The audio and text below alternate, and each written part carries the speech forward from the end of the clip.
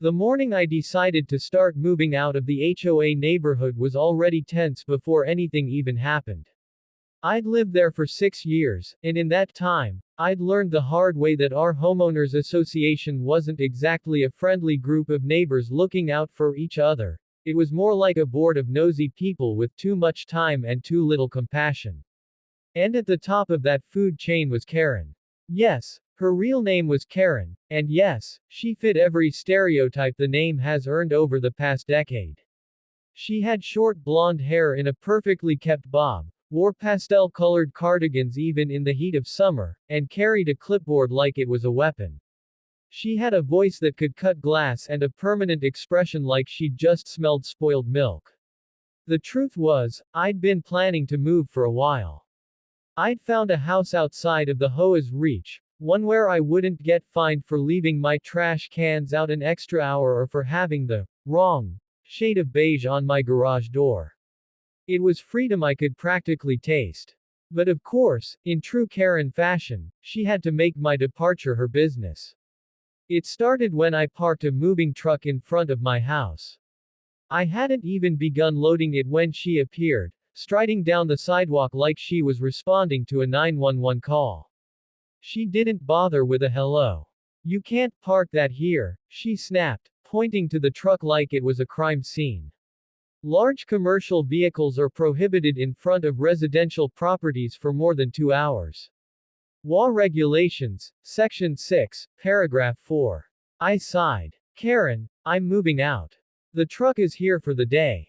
I'll be done before nightfall." "That's not the point," she said, flipping open her clipboard. "You didn't get prior approval. You're supposed to submit a written request to the board at least 72 hours in advance." "Karen," I said evenly, "I'm not submitting a request to move out of my own home. The truck stays." Her lips thinned. "We'll see about that." I thought that was the end of it, but 10 minutes later, I saw her pacing by her driveway on her cell phone. I didn't have to hear the conversation to know she was calling the police. That's just how she operated. Escalation was her love language. Sure enough, about 15 minutes after that, a squad car rolled into the neighborhood. My stomach sank a little, but not from fear, more from irritation. This was the last thing I needed on an already stressful moving day. The officer stepped out of his car, looking more confused than concerned. "Afternoon," he said to me. "We got a call about an illegally parked moving truck."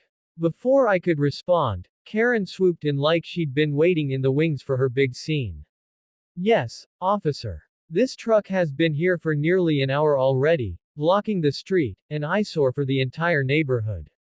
It's in violation of our HOA rules, and he's refusing to move it." The officer glanced at the truck, then back at me. "Are you moving?" "Yep," I said. "Out of here, in fact. This is just for the day." Karen interrupted. "The rules are clear. He cannot just park that monstrosity wherever he wants. This is a residential area. We have standards." The officer looked like he was struggling not to roll his eyes. "Ma'am, HOA rules aren't the same as laws. As long as the vehicle isn't blocking traffic or a fire hydrant, there's nothing illegal about it." Karen's face flushed. "So you're not going to do anything?" The officer shrugged. "Not my jurisdiction." She gasped, as if someone had just insulted her heritage. "This is unacceptable. I'll call the HOA president. He'll know how to handle this." I thought that was the end of round 2, but Karen was like a dog with a bone. She didn't just call the HOA president, she stayed outside, making phone call after phone call, gesturing wildly toward my truck and even to the stack of boxes I'd started carrying to the curb. She was narrating my every move to whoever would listen. By early afternoon, the rest of my family had arrived to help. My son, Jake, pulled up in his SUV. He's in his early 30s, tall, built like someone who spends a lot of time in the gym, and has the kind of calm authority you can't fake. That's probably why he's so good at his job. He's a police detective. He wasn't there in any official capacity, he was just there to carry boxes and keep me sane. But the second Karen saw him, her eyes narrowed. "And who is this?" She demanded. My son, I said. He's here to help. Karen stepped closer, as if inspecting him. Is that your vehicle? Because you're parked facing the wrong direction. That's another HOA violation. Jake chuckled under his breath but didn't say anything. He just started unloading a box from the back of his SUV. That seemed to irritate her even more. Do you people just think the rules don't apply to you? She pressed. Jake finally turned to her. Ma'am, is there something illegal happening here that you'd like to report? Her face lit up, mistaking his question as an opening. Yes. You're all violating HOA ordinances. This is a disruption to the peace of the neighborhood, and I demand you leave immediately. Jake set down the box, reached into his jacket, and calmly pulled out his badge. Detective Jacob Carter, City Police Department. And you've just admitted to making a false report to law enforcement earlier today. That's a crime. The color drained from Karen's face so fast I thought she might faint.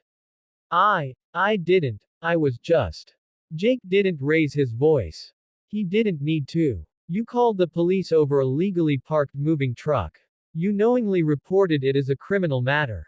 That's filing a false police report. Karen stammered, glancing between us like she was searching for a lifeline. I didn't know. I was just trying to enforce the rules. Jake took a slow step closer. HOA rules aren't laws. And you don't get to use police resources for personal vendettas. She tried to backpedal, waving her hands. This is all a misunderstanding. I don't think it is, Jake said, pulling out his phone. Do we need to take this down to the station, or would you like to settle it here? Karen's mouth opened and closed like a fish out of water. Settle it here. Settle it here. Jake nodded. Then here's what's going to happen. You're going to go back to your house. You're going to leave my family alone while we move. And you're going to stop making bogus calls to the police, because next time, I won't be so generous. She stood frozen for a beat before muttering something about unbelievable behavior, and retreating toward her front door at twice her usual walking speed. For the rest of the day, her curtains twitched every few minutes, but she didn't step outside again. And I have to admit, moving out never felt so satisfying. Alright, here's an expanded, 1,000-word continuation for part 2, keeping it in a smooth storytelling style. I hadn't planned for the day to spiral into a showdown. I'd spent the morning hauling boxes into the moving truck, a mix of relief and exhaustion setting in. After years under the thumb of the HOA, especially their self-appointed queen bee, Karen, I was finally leaving. I could almost taste the freedom. But of course, she wasn't going to let me go without one last power trip. It started with that familiar shrill voice cutting across the driveway. You can't park that truck here without HOA approval. She barked, arms crossed like she was patrolling the gates of a royal palace. I didn't even look up from taping the next box. Karen, I'm moving out. I won't be here by the end of the day. The HOA has no jurisdiction over me anymore. That should have been the end of it. But Karen was never one to back down when she thought she could flex her imaginary badge of authority. We'll see about that, she said, whipping out her phone like she was about to report a national emergency. I could hear her giving my address to the 911 operator, making up a story about how I was illegally occupying the driveway and threatening the safety of the neighborhood. I laughed under my breath. Threat to the neighborhood apparently meant I had a moving truck in front of my own house. She hung up with a self-satisfied smirk, telling me the police would handle this, and that I'd be in for a surprise. What she didn't know was that my son, Mark, had just arrived to help with the move. And Mark wasn't just any guy, he was a police officer. He'd driven over in his personal car, still wearing his duty belt because he'd come straight from his shift. He was expecting to carry furniture, not walk into an HOA drama scene. Karen spotted him before I could say anything. Oh good, you're here. She said, marching toward him. You need to do something about this man, he's blocking the street, violating HOA codes, and he's refusing to leave. Mark gave me a quick look, eyebrow raised. This man. You mean my father? Karen froze for a half second but then tried to recover. Well, family or not, rules are rules. He's breaking them, and as a police officer you should be upholding the law.